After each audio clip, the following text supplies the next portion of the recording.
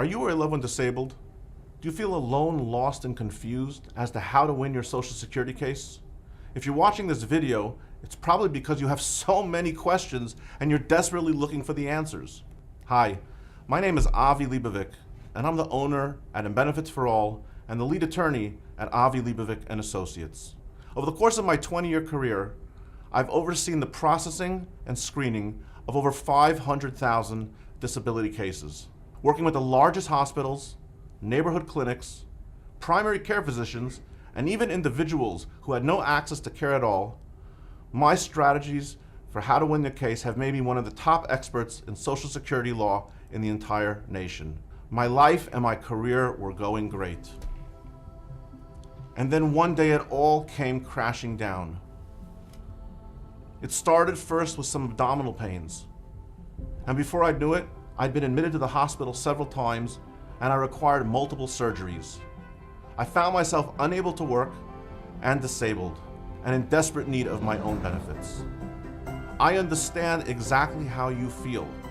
I was in your shoes. And I'm going to take you through the process and help you and give you everything that I know so that you can win your case. I'm recovered and I'm back at work. And I have a newfound passion for helping disabled people because I myself have been there too. Call our office today for a free screening and to see how we can help you with your Social Security case. At the same time, enjoy these videos and webinars that we've prepared to you to help you understand how to win your Social Security case.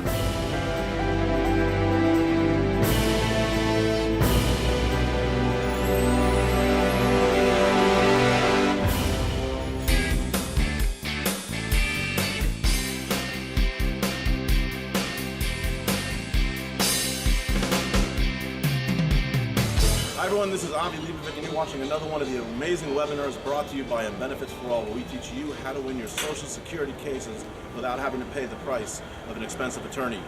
We're here in amazing Knott's Berry Farm in California, in Buena Vista, California. We're in the ghost town, Calico Ghost Town over here, and we're standing in front of the blacksmith area of the ghost town, and our expert blacksmith over here, Clay, who's helping out over here, turning iron into horseshoes and other needs of the town, of the folk.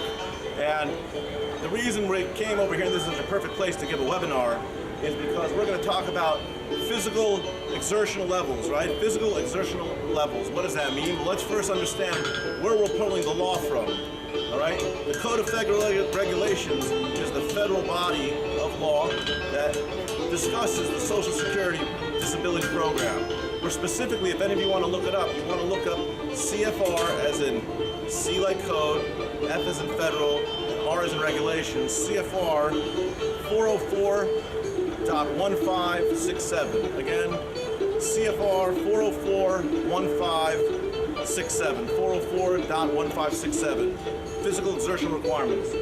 Now why is this important? Because a blacksmith, I think everyone would agree, you got to be a pretty strong, pretty rugged, pretty tough, solid either guy or gal, right, man or woman, to be able to do the type of work that's required of a blacksmith. You're banging all day long, as you hear. You're in front of the heavy stove, you're heavy ovens, the temperature is hot, you're under a lot of different conditions. Maybe perhaps there's items on the floor that don't make it a smooth floor for perhaps walkers or canes or things like that. That's not to say that someone can't do it. It's just understanding that blacksmith is a very unique type of profession, similar to maybe a construction worker or somewhere else, that would fall under what we call a heavy exertional requirement. So what do we mean by a heavy exertional requirement? So many of you may recall that there's many different types of exertional requirements that Social Security is going to look at when they're doing the 5-step sequential evaluation, right, for determining whether or not you're disabled. Now, some of you who downloaded the webinars that we have so far may recall that we learned a very important 5-step sequential evaluation that's going to exactly outline how the judge, the administrative law judge, is going to decide his case. So let's go through those 5 steps quickly, and then we're going to focus on the 5th and final step. So what are the 5 steps that we need to know about? The first step is what? Do you have a severe impairment that's expected to last 12 or more months? Strike that. Let's go through the 5 impairments really quickly. The first impairment is what? Are you earning SGA? Are you earning substantial gainful activity? The second impairment is, do you have a severe impairment expected to last 12 or more months? The third impairment is what? The third... Bye, girls. Strike that. Let's do that again. Let's go through the 5-step disability very quickly so that we're all comfortable, we're all on the same page. We said that the Social Security judge needs to feed 5 steps. He needs to go through 5 steps in order to have you qualified. So the first step is what? Are you earning SGA? Are you earning substantial gainful activity? The second step is what? The second step is, do you have a severe impairment that's expected to last 12 or more months? A severe impairment that's expected to last 12 or more months. After that, do you have one of the impairments that meet or equals one of the disabilities that are in the Social Security disability book? The fourth one is, can you return to your old job? And your fifth one is, if you can't return to your old job, can you get any job in the national economy? All right, everyone's with us? So if you want to know about steps 1, 2, 3, and 4, are you earning SGA, number 1? Number 2, you have a severe impairment expected to last 12 or more months. Number 3, does that impairment meet or equal one of the listings or a combination of listings of the Social Security books? Then you need to go ahead and you need to see 1, 2, 3 webinars. And perhaps even number 4, can you return to your old job? But this is, the blacksmith here is really going to focus, like we said, on physical exertional limitations based on that CFR I gave you. And we're going to talk now about the different physical exertional levels that a person basically qualifies under. No matter what job you're talking about, they're going to fall under one of these exertional levels. Either the person's going to be at a sedentary level, a person's going to be at a light level, a person's going to be at a medium level, or a person's going to be at a heavy metal level. Not heavy metal, heavy level. Let's go through that again. There's either a sedentary level, there's either a light level, there's either a medium level, or there's even a heavier level. So what does that mean? Let's define that. If you do sedentary type of work, that means that you generally are not lifting more than 10 pounds on any given day. Sedentary type of work is not lifting more than 10 pounds. They're usually sitting at a desk, maybe they're shuffling around some light files, there's very little going on back and forth to the copy machine or the scanners, but you're really not doing too much. 10 pounds is the max. If you do 10 pounds, you're at a sedentary level. The second level would be a light level. If you're at a light physical exertional level, that means that you're lifting no more than 20 pounds in any given workday. 20 pounds is the most that you're doing. You might be a waitress, you might be some other type of professional that has to carry a camera or do something else, but 20 pounds is the max that you're at, and that's at a light level. Beyond the light level, you're going to go ahead and you're going to have medium level work. What does medium level work mean?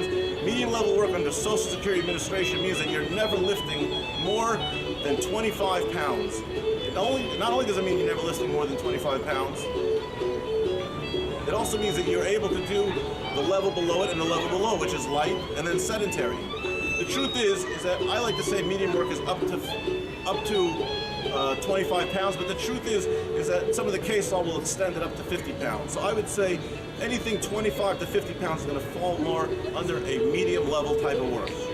Finally, last and foremost, we go ahead and we're falling under the heavy type of work, which is a blacksmith. A heavy type of work is up to 100 pounds. Up to 100 pounds. Clay over here is able to go ahead and lift iron and do whatever he needs to do. Any type of job that a person does that's going to require up to 100 pounds of lifting in a given day, the Social Security Administration, irrespective of your age, it doesn't matter if you're a younger individual from 18 to 49, it doesn't matter if you're a closely approaching advanced age, which is 59, which is 54 to 62. Let me rephrase that, strike that. It doesn't matter if you're a younger individual, which the Social Security Administration marks as 18 to 49. It doesn't matter if you're closely approaching advanced age, which is 50 to 54. When it gets to advanced age, you're at 55 to 58.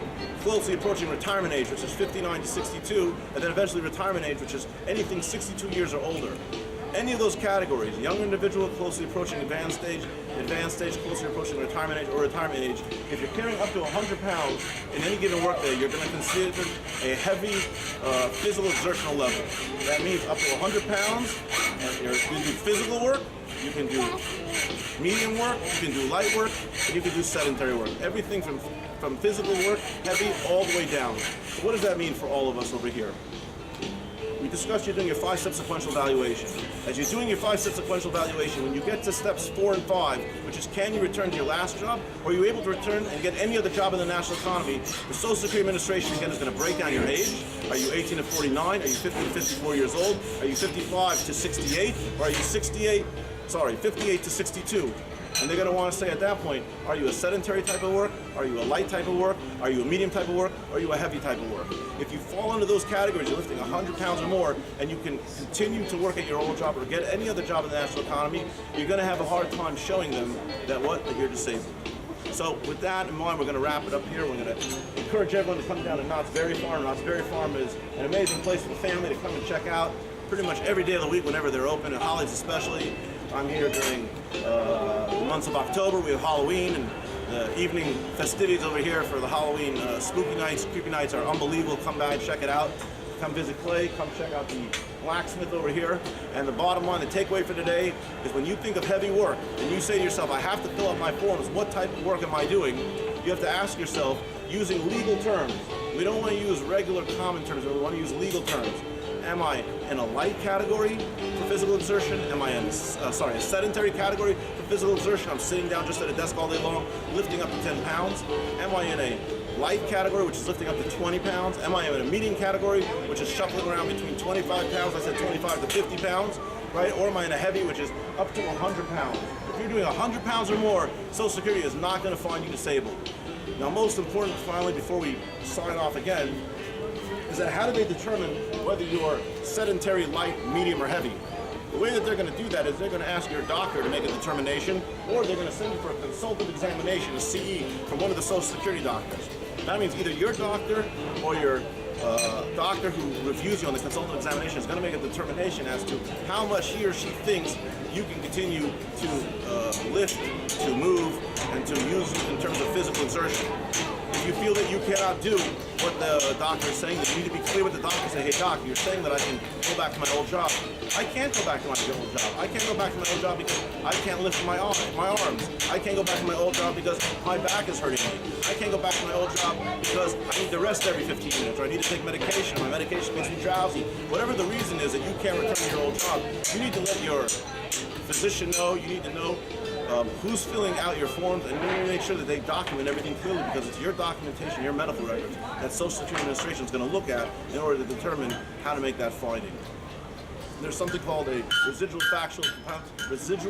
functional capacity questionnaire for physical and for mental. We discuss those on a separate webinar, and I encourage you to download those residual functional capacity questionnaires. The physical one is directly tied into, again, whether you're doing a sedentary type of work, a light type of work, a medium type of work, or a heavy type of work, because it's the doctor on that RFC, on that residual functional capacity questionnaire, who's going to answer how many pounds he or she thinks you can carry, how much you can move, how much you can walk, how much you can crawl, what your limitations are. If you need an ambulatory device, if you need an assistive device, whatever it is, it's that doctor who's going to fill that out. Okay, my friends, you can do this. Watch the webinars, download as many as you need, and you will be able to understand how to go ahead and how to move forward on your case and how to win your case successfully. If you do it right and you win your case successfully, you may not have to pay the expensive attorney fees that are generally associated with winning a disability case, whether it's SSI or SSDI. You're going to have the skills, tools, and resources in order to go ahead and win that case. Until we have a chance to go ahead and learn again and share some more ideas on how to win your Social Security case, I'm Avi Leibovic. If we can help you, www and benefits for all, www and benefits for all. I look forward to learn a little bit more about Social Security benefits with you soon. All the best.